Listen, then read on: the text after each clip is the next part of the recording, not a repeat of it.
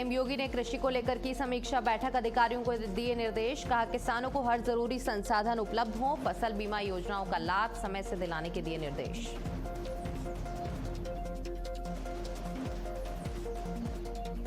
CM Pushkar Singh Dhami का कुमाऊं दौरा, जीराम जी library का किया शुभारंभ, हल्द्वानी में भवन का किया शिलान्यास।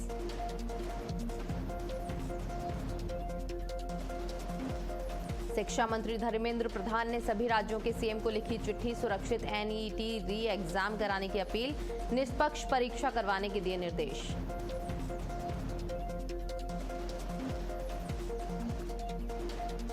सीबीएसई पोर्टल की गड़बड़ियों का मामला, केंद्रीय शिक्षा मंत्री ने दिए सख्त निर्देश, गड़बड़ियों की होगी जांच, आईआईटी विशेषज्ञों की मदद लेगा शिक्षा मंत्रालय।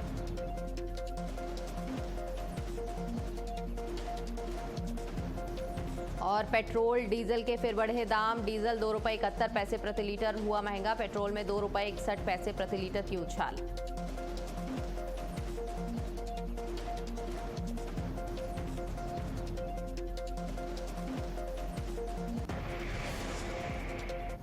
नमस्कार, आप देख रहे हैं भारत अपडेट में आपके साथ दामिनी। और अब खबरें विस्तार से। आज शिक्षा मंत्री ने सभी राज्यों के सीएम को चिट्ठी लिखी है। नीट एग्जाम को लेकर चिट्ठी लिखी गई, निष्पक्ष परीक्षा करवाने के निर्देश दिए गए। धर्मेंद्र प्रधान की राज्यों के सीएम को चिट्ठी, सुरक्षित नीट परीक्षा कराने की अपील की। नीट री एग्जाम को लेकर चिट्ठी लिखी गई है, निष्पक्ष परीक्षा करवाने के निर्देश दिए गए हैं। धर्मेंद्र प्रधान की राज्यों के सीएम को चिट्ठी, सुरक्षित नीट परीक्षा कराने की अपील की गई है।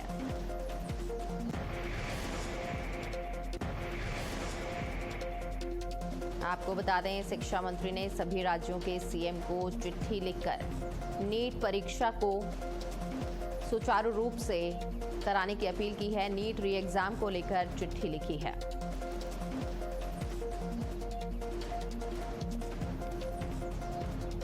धर्मेंद्र प्रधान की राज्यों के सीएम को चिट्ठी, सुरक्षित नीट परीक्षा कराने की अपील की गई।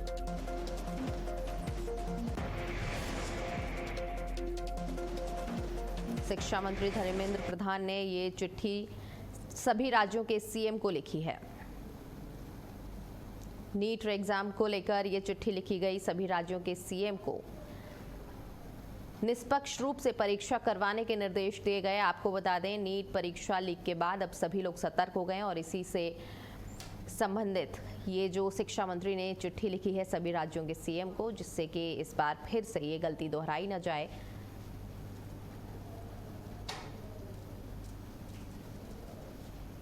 और इसी खबर पर ज्यादा जानकारी के लिए हमारे साथ स्नेह कमल जुड़ चुके हैं। स्नेह कमल, क्या लिखा है इस चिट्ठी में, क्या कहा गया है धर्मेंद्र प्रधान की ओर से सभी सीएम को? जी बिल्कुल दामिनी जी, केंद्रीय शिक्षा मंत्री धर्मेंद्र प्रधान ने नीट यूजी परीक्षा को लेकर जो है सभी राज्यों के मुख्यमंत्रियों को चिट्ठी लिखी, साथ ही साथ कई राज्यों के राज्यपाल है या कुछ जो है यूनियन टेरिटरीज वहाँ के प्रशासकों को पत्र लिखा है और उन्हें कहा कि परीक्षा को सुरक्षित तरीके से कराने की अपील के। धर्मेंद्र प्रधान ने मौजूदा गर्मी को देखते हुए ये सभी मुख्यमंत्रियों, उपराज्यपालों और शासकों से यह सुनिश्चित करने को कहा है कि परीक्षार्थियों को सुविधाएं, भलाई को देखते परीक्षा केंद्रों पर आवश्यक बुनियादी सुविधाएं उपलब्ध हो। साथ ही साथ शिक्षा मंत्रालय तरफ से सोशल मीडिया प्लेटफॉर्म एक्स पर बताया गया, केंद्रीय शिक्षा मंत्री धर्मेंद्र प्रधान पूरे देश के सभी मुख्यमंत्रियों, उपराज्यपालों, प्रशासकों को पत्र लिखकर 21 जून 2026 को होने वाली नीट यूजी की पुनर्परीक्षा को सुचारू, निष्पक्ष और सफल आयोजन के लिए उनका सहयोग मांगा है। धर्मेंद्र प्रधान ने अपनी चिट्ठी में लिखा कि मौजूदा लू की स्थिति को देखते हुए मैं आपसे अनुरोध करता हूं, कृपया अपने राज्य, केंद्र शासित प्रदेश में परीक्षा आयोजित कराने वाले जिला अधिकारियों और सभी स्कूल, कॉलेजों, विद्यालय तथा अन्य संस्थानों को उचित निर्देश जारी करें ताकि उम्मीदवारों को सुविधा, आवश्यक बुनियादी सुविधाएं सुनिश्चित की जा सके।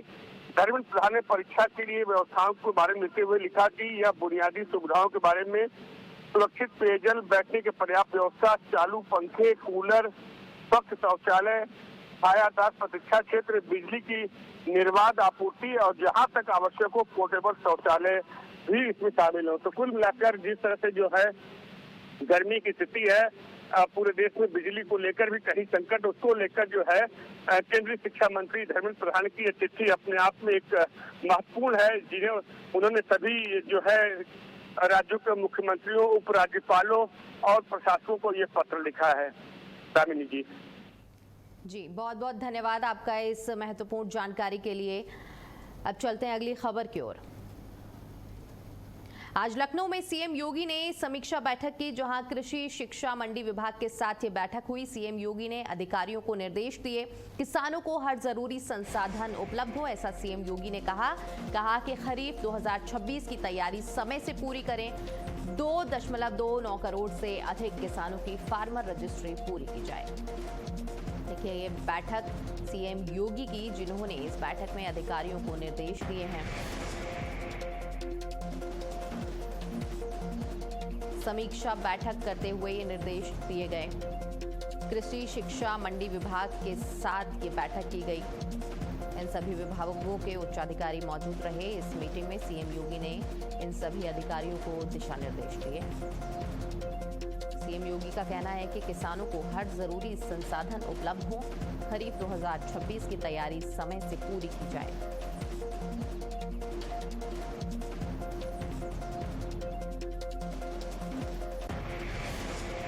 किसानों के लिए खुशखबरी, जहां पर लखनऊ में सीएम योगी ने समीक्षा बैठक की। और समीक्षा बैठक जो हुई है वो कृषि शिक्षा मंडी विभाग के साथ बैठक हुई है। सीएम योगी ने अधिकारियों को निर्देश दिए हैं और इस बैठक में सीएम योगी के साथ दोनों डिप्टी सीएम भी मौजूद रहे।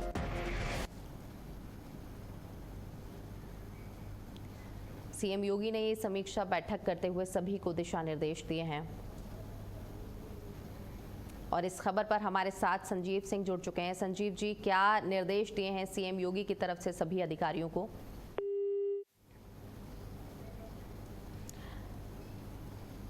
देखिए, अभी संपर्क टूट गया है, लेकिन इससे पहले मैं आपको बता देती हूँ कि क्या क्या सीएम योगी ने कहा। दलहन, तिलहन और श्रेय अन्न की खेती को बढ़ावा देने के लिए निर्देश दिए गए। साथ ही कहा गया कि पीएम किसान और फसल बीमा योजनाओं का लाभ समय से दिलाया जाए। किसानों को हर जरूरी संसाधन उपलब्ध हो, सीएम योगी ने बैठक करते हुए ये बात कही है। कहा है कि खरीफ 2026 की फसल के लिए पूरी तैयारी करें। सीएम योगी ने ये निर्देश अधिकारियों को दिए हैं। सीएम योगी ने समीक्षा बैठक करते हुए ये सभी निर्देश अधिकारियों को दिए। संजीव जी, दोबारा सवाल लेना चाहूंगी। संजीव जी, क्या क्या निर्देश दिए हैं सीएम योगी ने सभी अधिकारियों को? देखिए, आज कृषि विभाग के साथ जो है उत्तर प्रदेश के मुख्यमंत्री योगी आदित्यनाथ की बैठक थी, जिसमें कि कृषि मंत्री के उपलब्ध थे। और ये कहा जा सकता है कि आज की बैठक में खास तौर से जो फोकस रहा है वो रहा है खरीफ की फसल, क्योंकि जो सीजन इस समय है वो खरीफ की फसल का है। तो उनका ये साफ दिशा निर्देश था कि जो किसान है उनको समय पे जो है बीज, उर्वरक और तकनीकी सहायता, यानी कि जो नई टेक्नोलॉजी आई है उसको उपलब्ध कराया जाए, जिससे कि फसल जो है अच्छी हो और किसानों को भी काफी ज्यादा मुनाफा हो। इसके अलावा जो कृषि के क्षेत्र में जो है आधुनिक तकनीकी की कैसे प्रयोग किया जाए, उसको लेकर जो है किसानों को जो है एक विशेष अभियान चलाने की बात कही गई है, ताकि उनको जो है उस तकनीकी के बारे में जानकारी हो सके। और साथ ही ये कहा जा सकता है कि जो खरीफ की फसल है 2026 में करीब 302 लाख मीट्रिक टन उत्पादन का जो है लक्ष्य रखा गया है, यानी कि एक अच्छा खासा जो है टारगेट रखा गया है। और निश्चित तौर से कहा जा सकता है कि अगर 302 लाख मीट्रिक टन उत्पादन होता है तो इससे किसानों को भी काफी ज्यादा फायदा होगा। और सबसे ज्यादा जो फायदा है वो दलहन और तिलहन के जो खेती करते हैं उन किसानों को होगा। जी, आपका बहुत बहुत धन्यवाद संजीव जी। अगली खबर पर चलते हैं, जहां पर पुष्कर सिंह धामी ने हल्द्वानी में कुमाऊं क्षेत्र के पत्रकारों को बड़ी सौगात देते हुए अत्याधुनिक मीडिया सेंटर भवन का शिलान्यास किया। ये भवन लगभग 6 करोड़ 75 लाख रुपए की लागत से ब्लॉक परिसर में बनाया जाएगा। कार्यक्रम को संबोधित करते हुए मुख्यमंत्री ने कहा कि पत्रकार लोकतंत्र का मजबूत स्तंभ है और पत्रकारों को बेहतर सुविधाएं उपलब्ध कराना सरकार की प्राथमिकता है। उन्होंने कहा कि नया मीडिया सेंटर बनने से कुमाऊं मंडल के पत्रकारों को आधुनिक संसाधनों के साथ काम करने के लिए बेहतर वातावरण मिलेगा मिलेगा। मुख्यमंत्री ने सूचना विभाग की पहल की सराहना करते हुए कहा कि सूचना महानिदेशक बंशीधर तिवारी के विशेष प्रयासों से ये महत्वपूर्ण परियोजना धरातल पर उतर रही है। मीडिया सेंटर में पत्रकारों के लिए आधुनिक कार्यालय, बैठक कक्ष और अन्य आवश्यक सुविधाएं उपलब्ध कराई जाएंगी।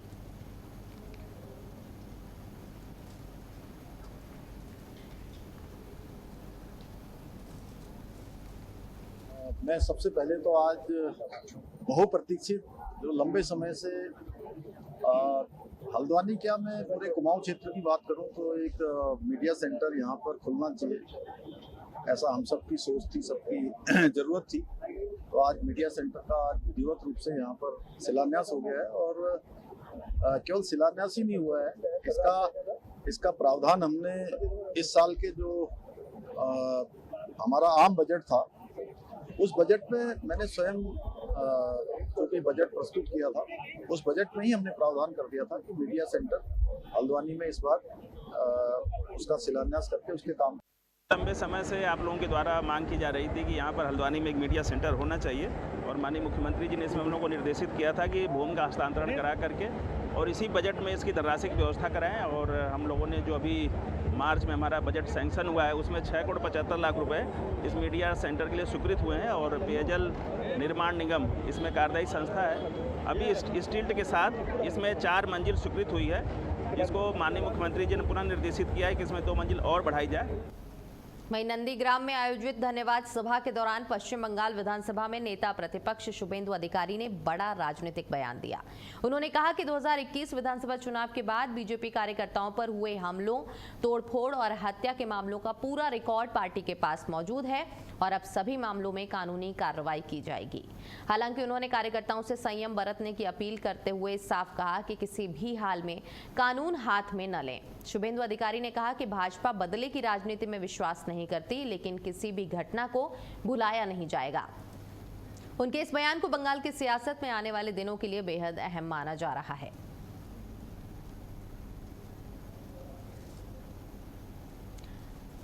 देखिए, बीजेपी कार्यकर्ताओं पर हमले हुए सीएम शुभेंदु ने ये बात कही है। कहा है कि बीजेपी कार्यकर्ताओं को सीएम शुभेंदु ने आदेश दिया, कहा कि कानून हाथ में न लें।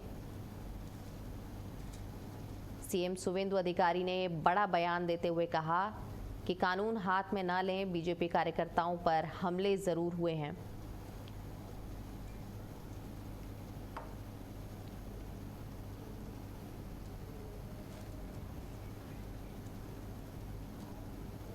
और धार की ऐतिहासिक भोजशाला में इंदौर हाईकोर्ट के फैसले के बाद सोमवार को मध्य प्रदेश के मुख्यमंत्री डॉक्टर मोहन यादव पहुंचे और मां वाग्देवी की पूजा अर्चना की। मुख्यमंत्री ने भोजशाला में आरती कर प्रदेश की सुख समृद्धि की कामना की।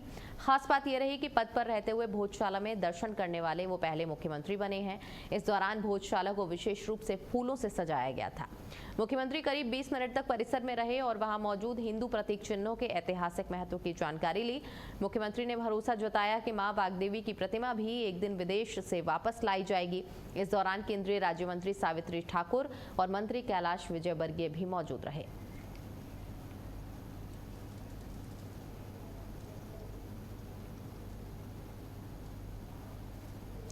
सीबीएसई पोर्टल की गड़बड़ियों के मामले में केंद्रीय शिक्षा मंत्री ने सख्त निर्देश दिए हैं। सीबीएसई पोर्टल की गड़बड़ियों की जांच होगी। आईआईटी विशेषज्ञों की मदद लेगा शिक्षा मंत्रालय। देखिए, बड़ी खबर सीबीएसई पोर्टल की गड़बड़ियों के मामले में, जहां पर केंद्रीय शिक्षा मंत्री ने सख्त निर्देश देते हुए कहा है कि सीबीएसई पोर्टल की गड़बड़ियों के मामले में सख्त कार्रवाई होगी। केंद्रीय शिक्षा मंत्री ने सख्त निर्देश दिए हैं।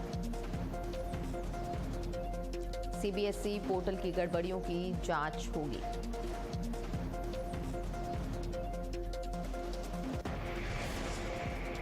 और दिल्ली में अभिजीत तिपके की दिल्ली हाईकोर्ट में याचिका सीजेपी का एक्स अकाउंट ब्लॉक करने का विरोध। केंद्र सरकार के फैसले को हाईकोर्ट में चुनौती दी गई। कॉकरोच जनता पार्टी के संस्थापक हैं Abhijeet. Social media account blocking पर उठे सवाल। मामले में दिल्ली हाईकोर्ट सुनवाई करेगा। याचिका के बाद कानूनी बहस तेज होने के आसार। केंद्र सरकार के फैसले को हाईकोर्ट में चुनौती दी गई है और ये मामला कॉकरोच जनता पार्टी के संस्थापक अभिजीत से जुड़ा हुआ है, जहां पर सोशल मीडिया अकाउंटिंग ब्लॉकिंग पर सवाल उठाए गए।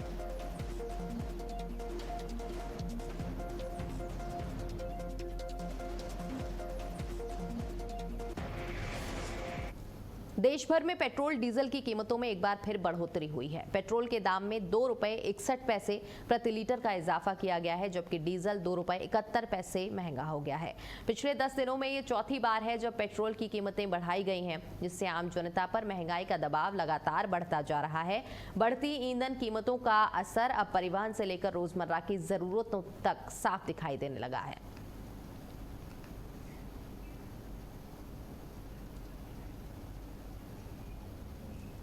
देखिए, पेट्रोल के दाम जो हैं वो कब कब बढ़े हैं इस महीने में मैं आपको बता दूं। 15 मई को ₹3 बढ़ाए गए, 19 मई को 90 पैसे बढ़ाए गए, 23 मई को 87 पैसे बढ़ाए गए और अब 25 मई यानी कि आज ₹2.61 की बढ़ोतरी हुई है।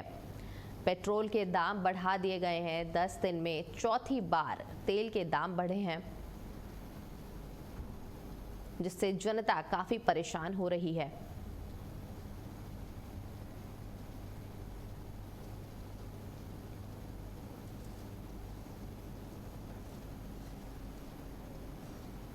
ग्यारह दिन में 4 बार पेट्रोल डीजल के रेट बढ़ चुके हैं, जिसका सीधा असर जनता पे पड़ रहा है। सो बात करने के लिए हमारे साथ हैं दामोदर अग्रवाल जी, उनसे बात कर लेते हैं। सर, 4 बार रेट बढ़ चुके हैं और जनता अब परेशान हो चुकी है, किस तरीके से देखते हैं? 4 बार में कुल मिला के कितनी रेट बढ़ी है? कभी 80 पैसा, कभी ₹2। विश्व में एनर्जी का संकट है, स्ट्रेट ऑफ हॉर्मुज के कारण और खाड़ी युद्ध के कारण। और जब संकट आता है, वैश्विक तनाव आता है, एनर्जी की आपूर्ति बाधा बनती है, तो ऐसा नहीं चाहते हुए भी करना पड़ता है। केंद्र सरकार ने पिछले 4 महीनों में 1 नया पैसा नहीं बढ़ने दिया। यहां तक कि केंद्र सरकार ने पेट्रोल में और डीजल में ₹10 स्वयं की ड्यूटी भी कम करके कंज्यूमर को राहत दी है। थोड़ा वैश्विक परिदृश्य पर भी आप विचार करिए। अमेरिका जैसे समृद्ध राष्ट्र में कितनी रेट बढ़ी और पाकिस्तान जैसे पड़ोसी मुल्क में कितनी रेट बढ़ी। ये थे हमारे साथ दामोदर अग्रवाल जी। मैं प्रिया तिवारी, कैमरा पर्सन कुमार सचिन के साथ भारत अपडेट। 4 दिन में 4 बार पेट्रोल डीजल के दाम बढ़ चुके हैं और इसका असर आम जनता की सीधा जेब पे पड़ रहा है। तो बात करने के लिए हमारे साथ हैं रागिनी नाइक जी, उनसे बात कर लेते हैं। मैम, आम जनता तरस हो रही है, परेशान हो रही है, किस तरीके से देखती हैं? और देखिए, जनता तो त्राहिमाम कर ही रही है, और क्यों ना करे। वैश्विक स्तर पर क्रूड ऑयल का दाम कम हो रहा है और आज ही $100 से नीचे आ गया है, $98 के करीब है।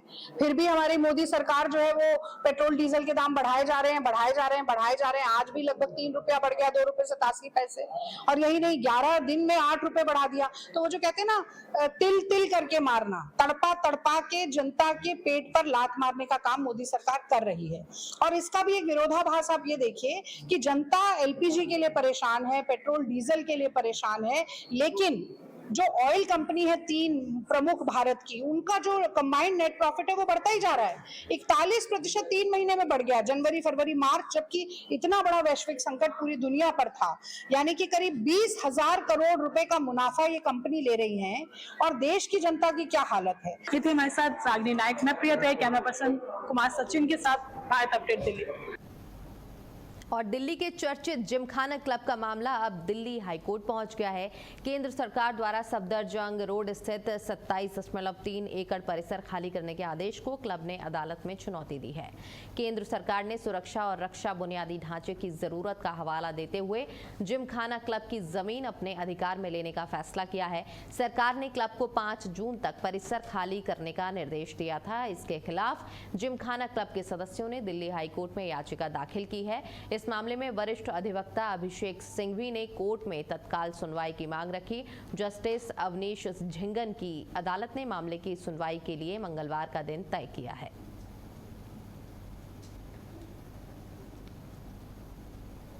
देखिए, जिमखाना क्लब का मामला जो है वो हाई कोर्ट पहुंच गया है और केंद्र के परिसर खाली करने के आदेश को चुनौती दे दी है। 5 जून तक खाली कराने के लिए निर्देश दिए गए। जिमखाना क्लब का मामला हाईकोर्ट पहुंचा, जहां पर केंद्र के परिसर को खाली करने के आदेश को चुनौती दी गई है। आपको बता दें, 5 जून तक खाली करने का निर्देश दिया गया था। और महोबा में नीट की तैयारी कर रही एक दलित छात्रा के साथ हुए सामूहिक दुष्कर्म के विरोध में मैनपुरी जिला कांग्रेस कमेटी ने सोमवार को राज्यपाल के नाम ज्ञापन सौंपा। कांग्रेस नेताओं ने बताया कि छात्रा का अपहरण कर उसे 16 दिनों तक प्रयागराज में बंधक बनाया गया और अमानवीय यातनाएं दी गईं। इस घटना पर गहरा आक्रोश जताते हुए कांग्रेस ने प्रदेश की कानून व्यवस्था पर गंभीर सवाल खड़े किए हैं। राज्यपाल को भेजे ज्ञापन में कांग्रेस ने दोषियों की जल्द गिरफ्तारी, पीड़ित परिवार को आर्थिक सहायता और सुरक्षा देने की मुख्य मांगे रखी हैं। साथ ही चेतावनी दी है कि यदि पीड़िता को जल्द न्याय नहीं मिला तो पार्टी पूरे प्रदेश में आंदोलन को और तेज करेगी।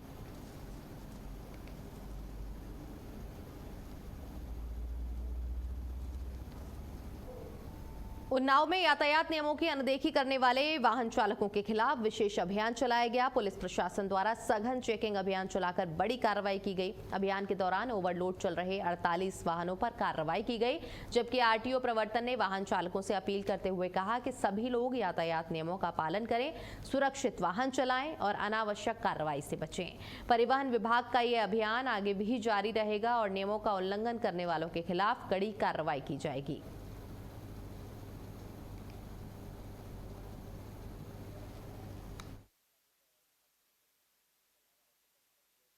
देखिए, पुलिस महानिदेशक महोदय के निर्देश के क्रम में जनपद स्तरीय जो खनन के लिए टास्क फोर्स बनी है, उसके द्वारा शनिवार और रविवार की रात में पूरे जनपद में जगह जगह पर सघन कार्रवाई की गई है। इसमें सदर, दही थाना क्षेत्र, पुरवा, मोरावा और हमारे बिहार और बक्सर क्षेत्र से जहां ओवरलोडिंग हो रही है, इन क्षेत्रों में रात्रि में टीम द्वारा निकलकर करीब 48 ओवरलोड डंपरों को बंद किया गया है, जिनसे लगभग 30 लाख रुपए राजस्व प्राप्त होने का अनुमान है। इसके अलावा ऐसे डंपर जो नंबर को या तो ब्लैक उसमें ग्रीस पोतकर या उसको हटाकर या इस तरह से छुपा कर चल रहे हैं।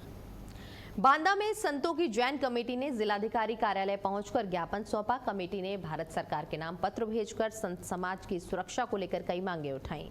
ज्ञापन में हाल ही में सड़क हादसे में एक संत की हुई मौत की निष्पक्ष जांच कराने की मांग की गई। कमेटी का कहना है कि ये सिर्फ हादसा नहीं है बल्कि सुनियोजित साजिश भी हो सकती है, इसीलिए मामले की गहराई से जांच होनी चाहिए। संत समाज ने साधु संतों के लिए विशेष सुरक्षा व्यवस्था और प्रोटोकॉल लागू करने की मांग की है। साथ ही सरकार से संत समाज की सुरक्षा को लेकर अलग कानून बनाए जाने की भी मांग उठाई गई।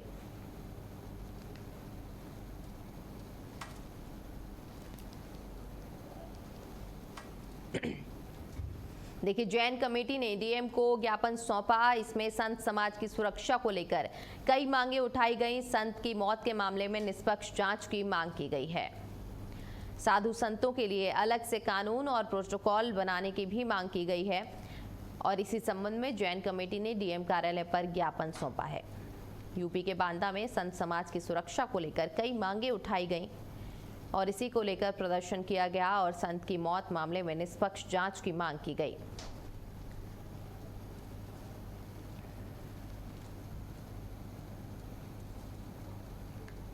और फिलहाल इस बुलेटिन में इतना ही।